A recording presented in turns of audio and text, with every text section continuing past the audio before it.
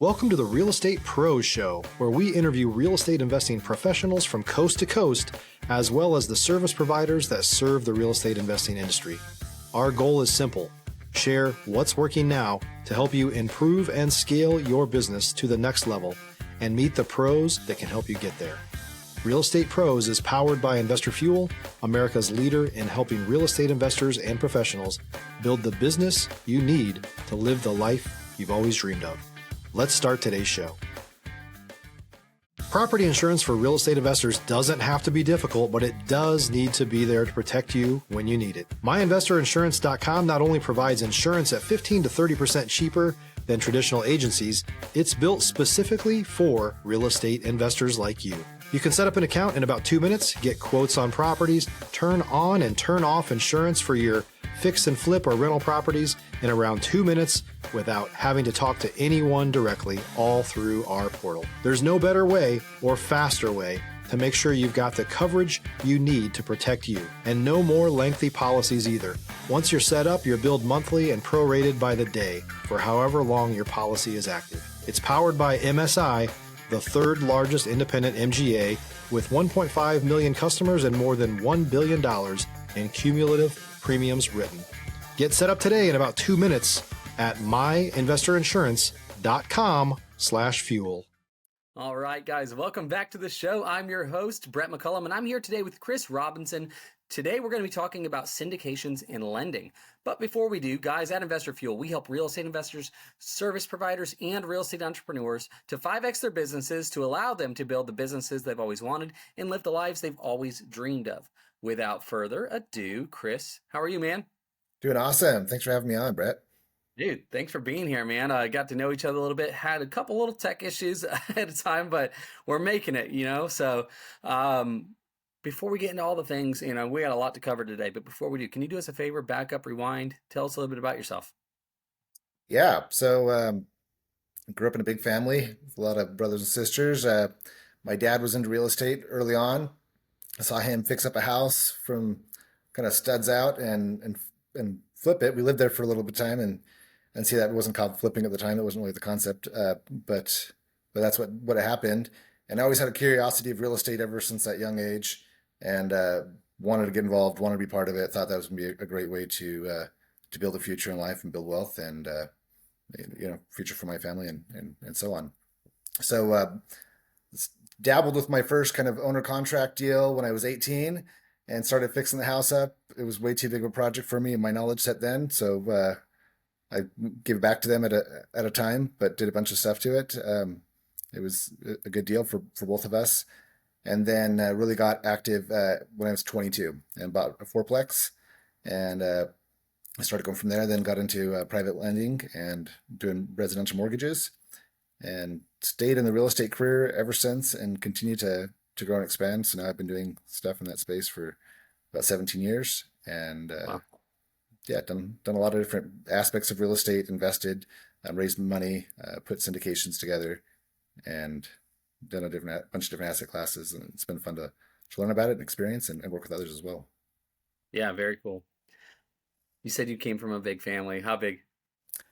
I have 11 brothers and sisters. Yeah, there you go. I Yeah. love to hear people's version of what a big family is, right? Yeah, that's awesome. So 11, where do you fit into that? What number? I'm number 3. So I've got a lot of Okay. younger siblings as well. Right. Yeah. Yeah, we have in our church they have 13. Wow. And I was like, golly, man, that's just it's crazy. And you look at it and like that is a different kind of a commitment. So we have 4 kids, and everybody tells us like, you have such a big family. Like, y'all don't know. Like, we have we know people that are like, 8 is kind of like, I know a lot of people with 8 kind of Yeah. thing. It's weird, and like, and that's huge to me. It's to think about 8. I mean, to think about 5 even is like scary. You know what I mean? But like, there's, yeah, it's it's a lot, man. But very cool. So let me ask you this, because like obviously we'll get into everything else too, but like growing up, you've got 7 other younger siblings. You got 2 older siblings. Did I get that number right? No, you got 8.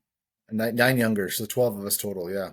Stop living on an island and join the #1 mastermind in America for professional real estate investors. Investor Fuel is a community of hundreds of the nation's top investors working together to build stronger businesses and better lives.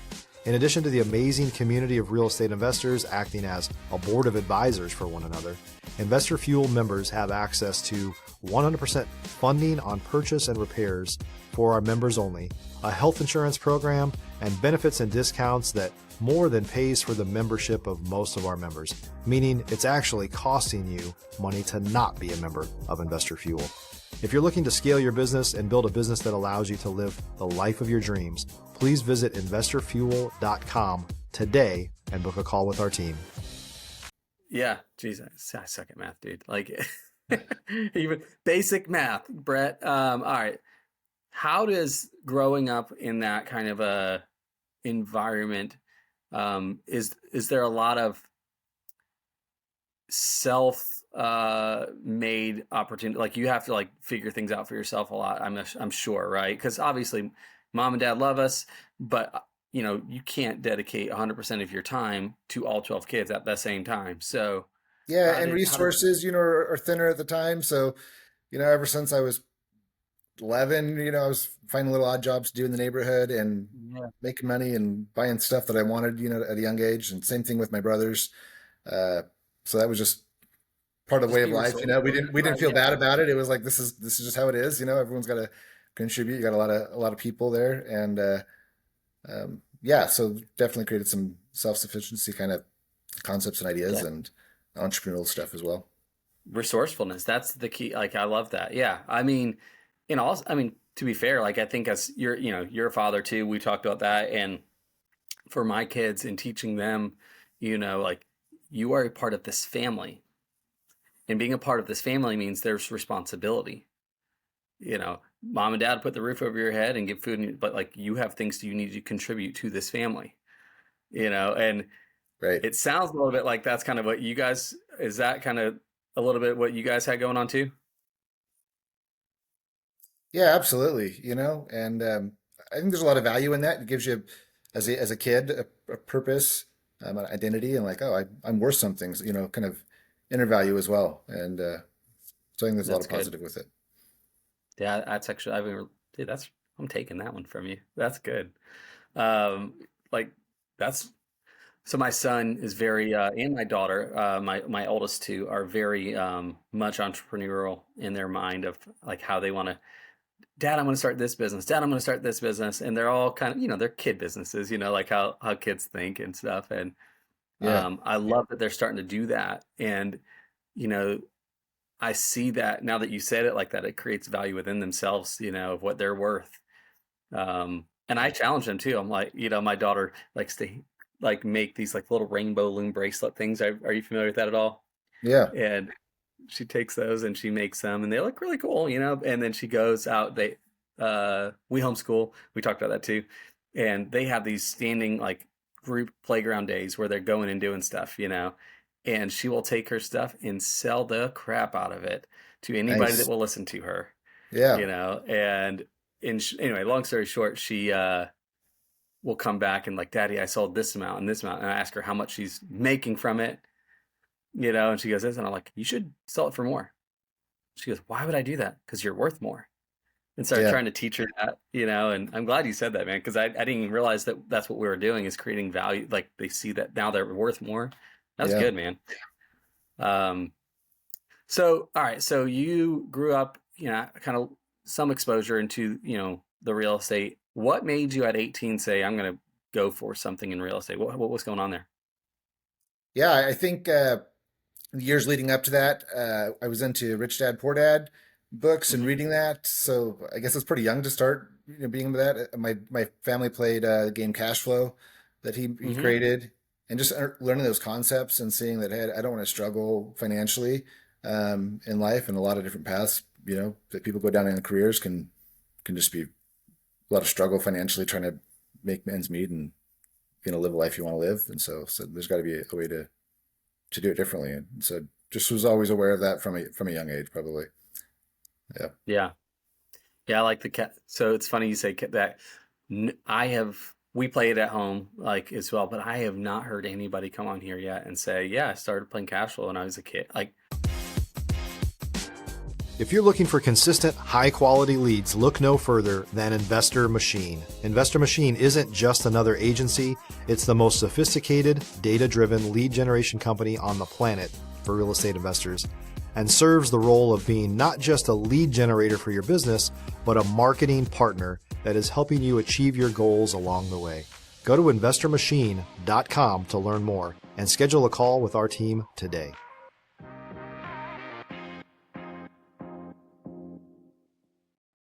wow, dude, like nobody does, like, from Mastermind opportunities, things like that. We've talked a little bit, like I've had the opportunity to meet both Robert and his wife. Well, now they're split, but in talking about why they created the cash flow game. Mm-hmm. Did you know that? I don't know if you knew this. They actually made the game before they wrote the book. Oh, really? No, I Yeah. did not know So that. yeah, and I was like, wait, what? Because they, in their mind's eye, it was this is the thing that people need to do every day that's going to change their life because they're playing something that's going to create, the synapses in their mind to connect, and then they wrote the book. But yeah, that's so cool that you did that. Yeah. So all right, at 18, did you flip or what exactly did I you did a do? bunch of work on it. So I was working a side job in construction, or that was my full-time job, not side job. And then I was working on this house on the weekends, and we did a bunch of stuff, demo and clean stuff out and get things going. But at that point, it really needed permits for electrical and plumbing and a lot more. It was more of a gutted shell, and uh, and so that was just it was beyond what I had at the time and Yeah. knowledge and connections and resources to put it together. I How'd you didn't have a exit with mentor to that? help me, and so I contacted the seller. Said, "Hey, I can't do anything else more here." It was the house was $10,000. It was a cheap little, nothing house, and I paid them, Yeah. All monthly right. So payments at along the way while 18, I that was house that you working on you the had project. had, And what was it that did you flip it or what did you do there? yeah, so I bought the house on owner contract for $10,000 and was paying $100 a month towards paying it off. I was working full time in construction and thought I knew quite a bit and started doing some of the demo on the house. It was mostly a shell. It was a really old building, and so got into putting it together and realizing it needs a lot more than what I my skill set and knowledge set had at the time. It needed plumbing and probably some structural stuff, and so I contacted the seller. Said, "Hey, this isn't working out for me, but hey, I got a bunch of junk off the property and stuff cleaned up, so Yeah. How did you you exit know that one? What was the we exit we went strategy ways there? from that point." Nope, just gave it back. I mean, it wasn't. There wasn't a profit on it. It was like this isn't this. It wasn't a good fit, It was good And I think they education sort though, of knew right? that, I but mean, at some point, to for my some age level, right? and such, You learned a and so lot that's from the it. way we structured the deal. Oh yeah, I learned a lot and was like, okay, Man. to next time I get into something, I need to Yeah, and at have 18, here's just a the bigger thing rounded is I'm plan there, like and probably a mentor looking would be back, I'm helpful. sure I don't know, I don't want to put like words in your mouth but or anything, but like I know for me with mistakes that we've made in business, making them at 18 versus making them at almost 40 is two different things. You know, at 18 it's like, oh dang, that sucks, I can do it again. And then at 40 you're like, oh no, what's gonna happen? Right. I'm I've not. got I got a Yeah. family, I've got responsibilities, I've got mortgage to pay and all But all the then it's things like that when you're it older, when you're happened. 18, it's It like happened for you back bounce it then, back. Let's like try it again. yes, you had to give it back, but it taught you the lessons you needed so that you can keep moving forward, and clearly you did. So what happened next in your real estate path? Like what came next after that? Yeah, I waited a few years. So when I was 22, at that time I had my residential mortgage license, and I was with a group of investors that were buying Yeah. houses at the foreclosure auction. So this was back in 2009, after kind of the 2008 crash and a lot of foreclosures going on. And so the class was I worked with a couple of real estate agents, teach people how to buy a foreclosure at the auction. So Tuesday nights we talk about kind of the nuts and bolts of what that looked like, risks and things and process of an auction. And then Thursday we'd go over the list of properties that were going to auction on Friday and try to analyze them and see Mhm. which deals we thought were good and which ones we thought were risky with based on title searches and stuff. And then Friday morning, be there at the auction, see the process. And so from that, I networked with people and met people that were in the real estate business that Yeah. had some money or other resources, but Very didn't want to have cool. all the time and energy to How do the long were you projects. running And the so created kind of that partnerships. auction path? So, Like how long did that run for? Wow. 4 or 5 years probably. I was there daily.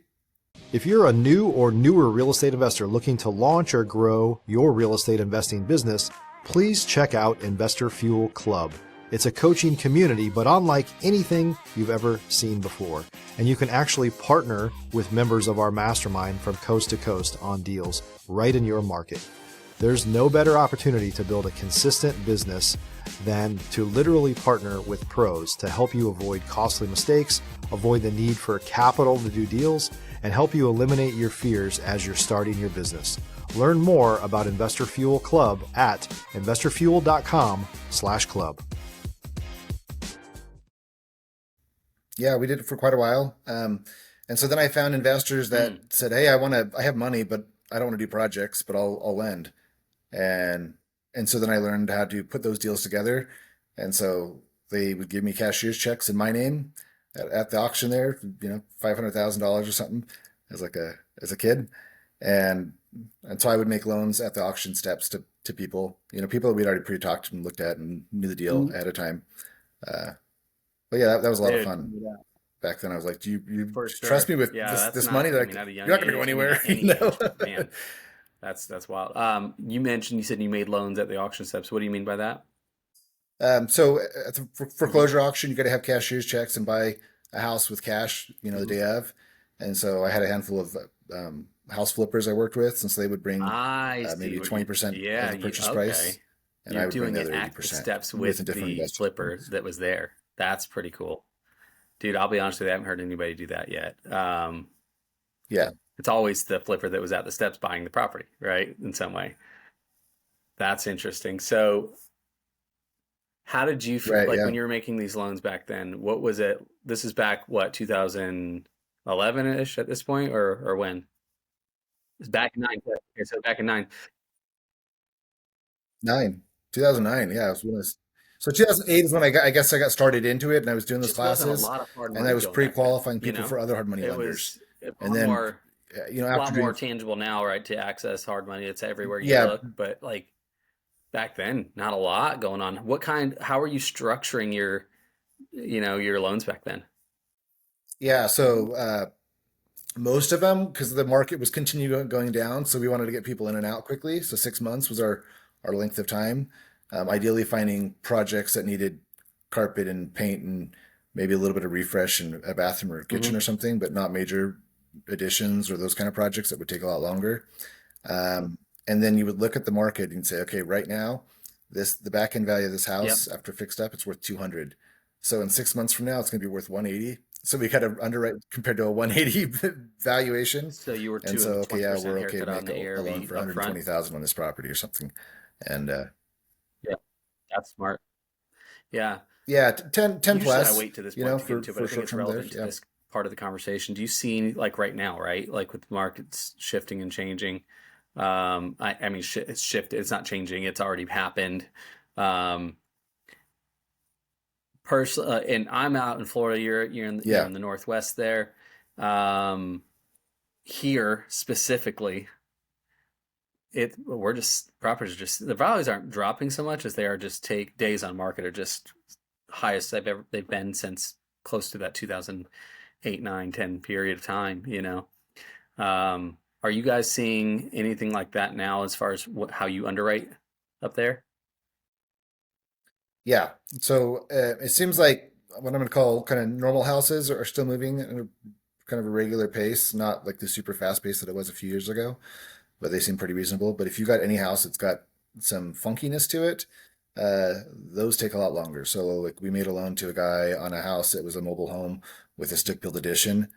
Um, and so that's a funky kind of Sure. house type. So from a bank lending standpoint, it's a manufactured home still. So you have to follow those guidelines. Uh, it took him a long time to sell, and he dropped the price lower than what he was thinking on it. Got out eventually, but so yeah, any of this stuff that's kind of unique, weird stuff, those especially are moving extra slow. Uh, from a bank lending standpoint, it's still a mobile home or manufactured home, so Right. financing the buyers have to follow that. So you know, kind of unique properties are definitely going slower, Yeah, I mean, and the market's different than at least now in than what it Florida, has is been. rising. It seems like people In that a lot, in they some don't need to markets move, or more they than others, maybe want to even, downsize to do and something, it's they're not as odd that in he's big of a hurry to do it the right state now. with the So most growth, I the think that'll states change eventually, plural but rather, the most growth right now, take some also the time. states with the longest hold time on property too, and it's a Hmm. weird season we're in, man, and it's hard to navigate. Yeah. Yeah, I everybody you talk to, everybody I talk to, it's like everybody says it's weird, but none of us can go, well, Yeah, this is it what's is a going to little. happen It's weird. next, It's because we've definitely all felt the tried to weirdest anticipate it, and it's in my always been career something of different. all the It's years that I've just worked in. different, and Yeah. it's a difficult feeling internally to have this. I don't know what to expect. What would you tell the person for like a best practices maybe kind of thing to, they're sitting there and they're, you know, struggling to know how to underwrite properly in a uncertain market? What would you give them? Like, because I heard you say like what you did back in the 2008 stretch. That sounds pretty fair to me as well. Like, well, plan for a 20% haircut, up front, and then if it doesn't meet that, then great, you came out further ahead. But what would you say to it? Yeah, I think right now, Sure, my focus smart. kind of viewpoint is cash flow. Yeah, If that's a something good. can cash flow, that's what's Yeah, most that's a important. good And plan. if you have a Yeah, so property tell me that's not about more on the doing what you want it to, and syndication with side of things. in Like, I regards know to you're value, focusing on that a uh, lot right now as well. What does that look like focusing on for you that guys cash today? flow helps you weather the storm and make it to the next point where you feel good about selling it. Hmm. Yeah. So I love to work with great operators who've got a lot of experience and in a variety of asset classes. I work with a lot of investors. That's really been my focus since like 2009 when I started, is working with investors and showing them opportunities in the real estate investing space, whether it's private lending, first deed positions, or operational lending, or it's a syndication or partnership in owning real estate. A lot of people want to figure out how to get in, but they don't want to do all the time commitment and learning of every aspect of it. And so a syndication can be a great way to participate in real estate, create some cash flow streams. So if there's a way you can diversify that, and let's say you've got, I was talking to a client the other day, he's got $1 million in a project, and so when that project turns over, he's in a retirement stage of his life, and so his Yeah, goal is cash flow, I like and that a so lot. he doesn't want to have Yeah, it all in one diversification spot is a big though. deal, And especially so in the goal is we'll in put the him in 10 retirement different buckets for syndications that have people. cash Is flow not like, and how many people do we create know some that diversity are, that way. Different oh my locations gosh, across the people at country, different retirement asset age right classes, now today different kind of return time that are now frames. having to wait Yeah. because the stock market's been funky and they've lost, however much, and that's not to say that, yeah, now they're like, I was going to retire this year, but I guess I got to wait, kind of thing. And, um, but I mean, to be fair, like, I know people in the syndication space that, they were doing adjustable rate, Big mortgages, chunk. Yep. and, they got them in 21 and 22 when they were, super low rates, and then they adjusted and now they're at, 6, 7, 8%. And then taxes climbed, insurance climbed, and, you know, interest rates climbed, and now now they're calling their, you know, folks in there and they're going, hey, we were on a 5-year plan, but now we need to adjust it to a 10-year plan or something, and it's just, it can happen anywhere if you're not, Yeah. careful. That's why I like when you like diversifying things across multiple ways, because even in real estate, we've got risk that we, incur depending on how things go. Yeah.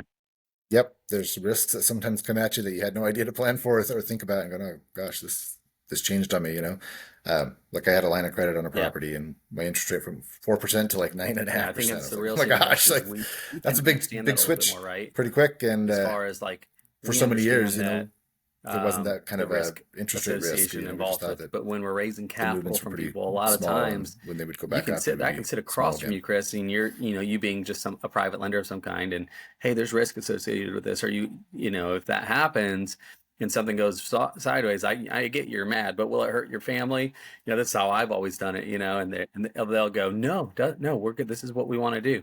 Okay, there's real risk here, and sometimes that person just at the end of the day doesn't know, it still doesn't process right, and we've had losses in our business last year-ish, and having to make some of those capital calls and do stuff that Yeah. are the worst, for the invest. It's the worst conversation. Like, hey, these deals didn't work out the way we wanted them to, and like, well, then what do you mean? What does that mean for me? And I'm like, that means that this deal didn't work, and that is a lot of people, like, it was a lot more, it happened a lot more in the '08, side of things. But I see a lot of people right now. I've talked to so many people right now. This is happening to, reoccurring. It just keeps happening. And navigating that right now, man, it's been for a lot, especially you guys in the syndication space, of like, how do you guys, navigate those waters and handle that? Yeah. What are you guys doing during like these last year and a half, 2 years? Yeah, no, it's been a lot more work. I was talking to one investor of mine that's 80 plus years old, and he was talking about he got in the real estate market in the early 80s. And he's like, I never worked so hard for so little money, because interest rates at the time were 18, 19%, and it was just, working, and just not getting a lot done. That's definitely how I feel right now. Never worked so hard for so little money. Yeah, it's hard, man. In the And space that's, of trying to keep everything and the reason I'm bringing that up, going Chris, right, is not and to, it's not moving, picking on going, okay, anybody. It's just to tell how do we people like, hey, adjust this the is business tough model that we're sometimes, doing but right now listen to people like to Chris that are like, hey, yeah, perform we're weathering the on our storm deals. too. We're doing that. And here's some strategies that we're doing that are helping us, and that sort of thing, because because experience does not make you immune to the changes that are happening in our market today, in the world today. Experience, but it does help you to pivot maybe a little bit faster and do something a little bit wiser, maybe, um, any tips you could share with people that are like kind of weathering some storms right now, and how to, maybe even if it's a mindset piece, even, Chris, like, what are you guys doing? Yeah, mindset's huge. I mean, your perspective of how you look at something, if you can look at the same situation and be real negative at it, or you can look at it and say, what can I learn here? What can I change? So mindset, I think, is really important. But for me, it's going, okay, how do I look at any kind of asset that we have Yeah. that isn't maximizing cash flow right now? What else can we do to bring cash flow in? And so that's been our biggest pivot, because there's been some stuff that I wasn't as worried about, in the past, because there was enough other stuff carrying cash flows of something that wasn't performing. But now all of it needs cash flow, and we got to get all of it, you know, going there, and all of that's going to help. The cash flow is really what's important in a time like this, when things are just moving slower. Trying to put stuff on the market right now. We've got a few things on the market to see if we would bring in capital that way, but it just hasn't been moving. And some stuff we priced, that's healthy perspective too, because I bet considerably the people below that went a through the recent '08 appraisal. crash, And so I'm like, thought it's the not the same time thing. to take a Of haircut like, on there's stuff. no way I'm going to get out of It's this. This it's is time for, to and I'm done. And keep can I the tell cash you flows how many going, keep people going for a little bit that I know longer, today that are and in a few more years we'll see it turn around. It won't be forever, even multi-millionaires, though it how kind of many feels times gloomy at over, times. that lost it all, bankrupt, completely shut down from '08 through like 11, 12, 13 even. So it's not forever. It's Right. not, it's today, yes, the season's tough right now, but my perspective, Chris, and I think you kind of touched on a little bit too, is the mindset of it is, I get to do this, not I have to go through this. I get to do this. Because it could have been somebody else, man. It could have been anybody else, and it gets to be us. So something, I'm like, God, what did you put this in my path, because I am for some reason I get to do this, and I know that, on the other side of it, the lessons that'll come out of it are going to be for my good and not for my detriment. Right. And that's my perspective. Yeah. Um, where do you guys fall into that? Yeah. Right. Sure. Kind of on mindset here of, yeah, similar. It's like, yeah, I'm excited about real estate still, the opportunities. I knew that in Yeah. 2000, like 2021, I'm like, it's going to eventually turn. Like, it can't continue at this speed. Um, so knowing now what I knew, I would have done a few things differently. I would have made even a stronger cash position, which would have been great. But yeah, I think we're going to do just fine. But I did see people in 2008 that Sure. kind of threw the towel in too early, and they were they had cash flows coming in on the properties and they were doing just fine. I agree, man. That's but they were really good. discouraged by the Chris, if people want to do significant decrease in value on the properties and thought when's it get going to to know go you back more, up? like you've got And a so lot they of cashed wisdom in on stuff to offer, and sold things at losses, both in the and lending were just space, kind of also in the syndication gloomy space. with it. You've gone through and done tough They things. shouldn't You're have. going. They would have done a lot better if they would have things, just and you're still sat moving tight for a little forward. bit longer. And Not blowing smoke up your skirt, Chris, but you're a leader worth following, man. How can people relate to you? Connect to you. What does that look like? Yeah, so website, it's empowerinvesting.net. Yeah, man, that's great. That we'll way. make sure we get all your information. I write a regular email series, and so they can guys, hear different investing opportunities and ideas. Like I said, Chris is a leader I try worth to send following. them out 5 days a week. We both believe that, and then a little bit on Instagram and LinkedIn to run away from real estate, people running in that are doing deals, want to invest. Real estate is the thing that we're struggling with, but it's also the way we're getting through stuff the dream forward. And so keep going, get good people behind you, get the right people on your team, follow people like Chris, and you guys will make it through it too. But man, Chris, this is great, man. I appreciate you doing the show with me today. Really appreciate you being here, man. Yeah, dude. Great, guys. I appreciate you all as well for hanging out with us, and we will see each of you on the next episode. Take care, everybody. Yeah, thanks for having me. Appreciate it. Thanks for joining us for today's Real Estate Pros Show.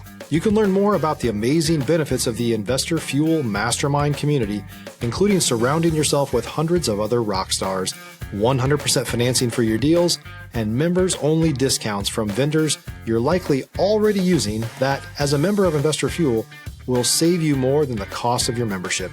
Visit investorfuel.com to learn more. If you're interested in joining us as a guest of this show, please visit investorfuel.com/pros to apply. You can also check the show notes for access to free resources, how to get access to world-class lead generation, and much more. Don't forget to subscribe so you never miss another episode. Have a great day. We'll see you on the next show.